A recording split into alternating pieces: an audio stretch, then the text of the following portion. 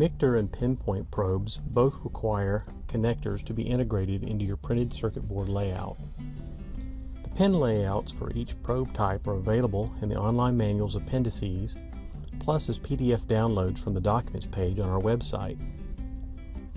And there are 4 main considerations to keep in mind. First, will you use single-ended or differential signal pairs?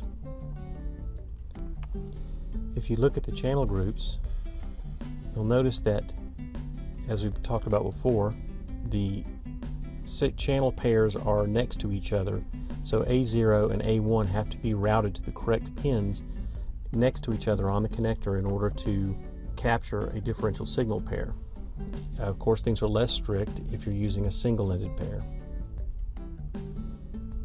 Do you plan to use high-speed state analysis mode? So if you're using state analysis and the 1 to 8 clocks mode is used, you can use any channel as a clock. But in the high-speed mode, depending on whether you have a 72 channel or a 36 channel model, you have to choose your clock channel. There's only one clock channel and it's synchronized by a phase length loop.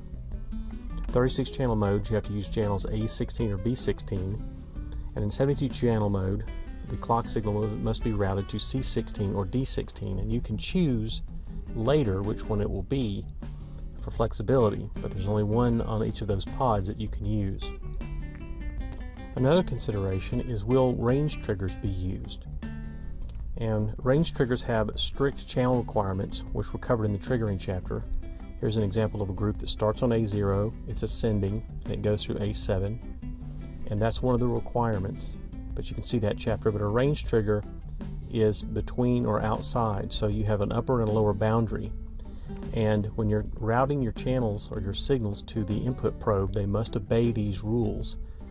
You cannot get these out of order, and you cannot choose channels. They have to start on A0 and go upwards. Finally, most sampling modes only support specific channels.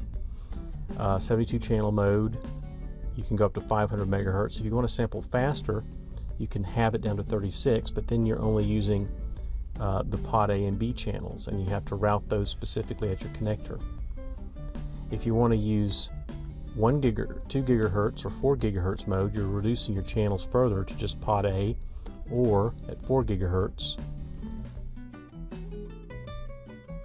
and you're using channels A0 through A8, or 9 channels there. And you have to think ahead and route your signals accordingly to the Mictor and the PinPoint probe connectors if you want to sample them at 4 gigahertz or 2 gigahertz and so forth.